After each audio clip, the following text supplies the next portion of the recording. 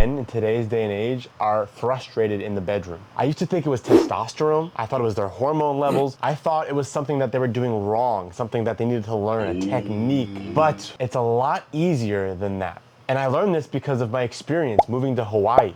I was just a young guy, and I was always frustrated, especially in this department. And I realized that there are 3 things you need to have in order to get to that point of satisfaction. And I've had 1, 2, even 3 of those things, but at different times of my life. I never had all 3 together. And having all 3 of those things together is exactly what you need to get to that fulfillment that you're looking for as a man. But my problem was not just this department. I had plenty of other things I had to fix first before I decided to really go all in here. And the way I got there was kind of forced. I was living in Los Angeles, making videos, meeting people, Troy Casey certified health nut, Raw of Earth, all these incredible health figures who studied Kundalini, all the different teachings of how to charge the energy through your body and be able to do all these amazing spectacles. And I practiced what they were preaching. I took care of my health. I even got to the point where I would eat so strictly that I barely ate enough food to begin with. I was literally starving myself of calories because I was so strict for the food that I was trying to eat. But when I moved, I got out of my comfort zone in a way I'd never gotten out before. I moved there, right? I ended up doing some things on a farm. I was working all these different odd jobs. It was the middle of lockdown. Like everything was shut down. People were really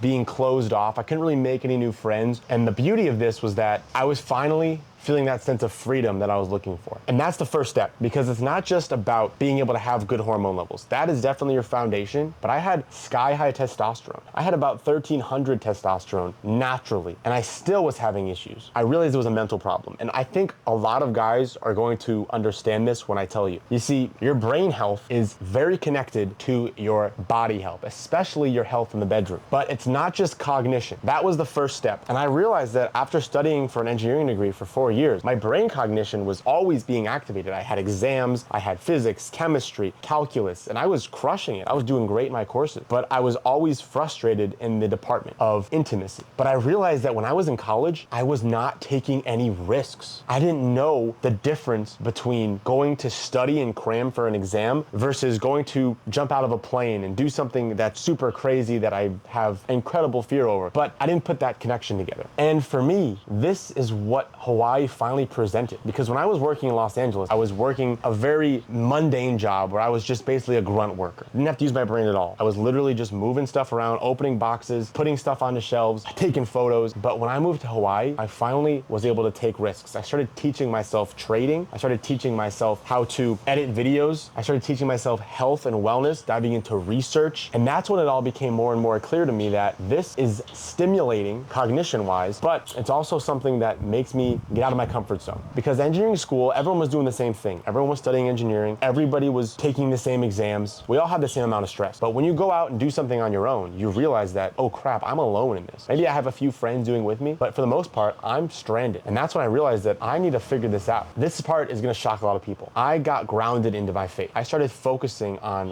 what is more important to me than myself. And I realized that I need to have fear of something. I need to understand that life is going to throw battles at me, and it's going to scare me in ways that are bigger than just myself. And I need to hold up to that level, that expectation. And if you set that just by yourself, or having your parents set it, or having some mentor set it, those expectations can be broken, they can be manipulated, they can be changed. But when you have something that's out of your reach, something that doesn't exist in your mind, like God, something you can't explain, then you can't use logic. And once you get to this point, you unlock a new level. And this new level is the fact that every single thing you do has a consequence. It's positive or negative, but you're the one who's in charge of it. See, if you have a mentor, you can go under the radar with him and do things that he doesn't know. Like if you're trying to diet, for example, you could eat great healthy food, and then one day you're at your home and you're just binge eating at night. No one's watching it, only you. That's the moment where you need to have faith. You need to have something that's bigger than yourself that you're afraid of. And that is why these 3 things come together to get you that satisfaction, that desire, that embodiment to be able to take care of your health. Now, of course, you should get rid of the pornography, get rid of the masturbation, get rid of the things that are no longer serving you, the dopamine, doom scrolling,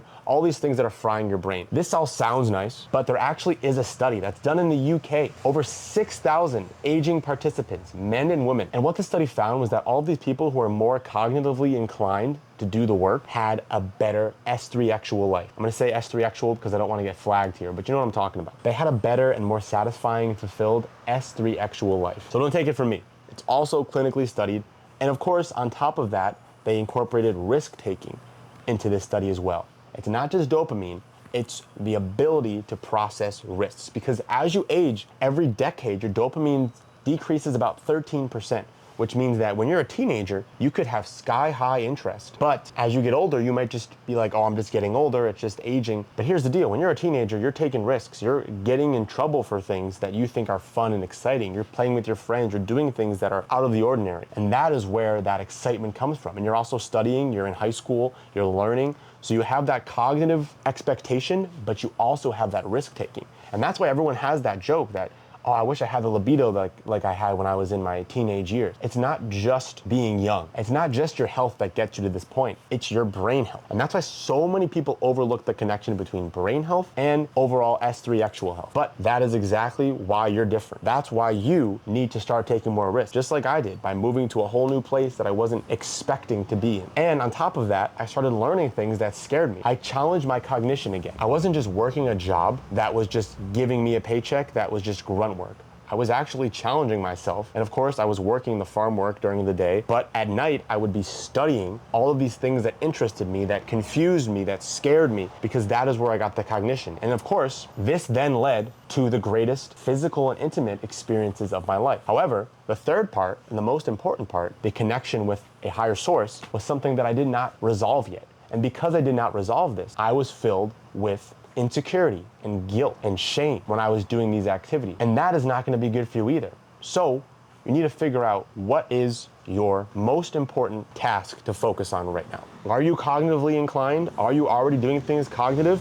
Then keep that up. Are you taking risks? Are you doing things every day that scare you? It could be talking to a stranger. It could be anything that just gets your blood pumping. It's different for each person. Find out what it is for you and go do it more. If you're scared to do something, that's a good sign that you should probably do it, especially if it's not life-threatening. Because a lot of things we think are life-threatening, like approaching a girl on the street, is actually not life-threatening at all. And once you do more of that, I'm telling you, your body is going to start to want to have that masculine urge, that energy all over again. So if you have those two things down, you're taking risks and you're also cognitively challenging yourself, well then you're gonna have to focus on the most difficult yet most rewarding part, which is finding that higher power, being able to check yourself before you wreck yourself, and making sure that you have discipline, that you're not just going out there and just giving that excitement and energy to every single person or every single woman that you meet. You're gonna be disciplined in order to retain that energy and actually keep it for yourself versus putting it out there and then you're gonna feel used, abused, and just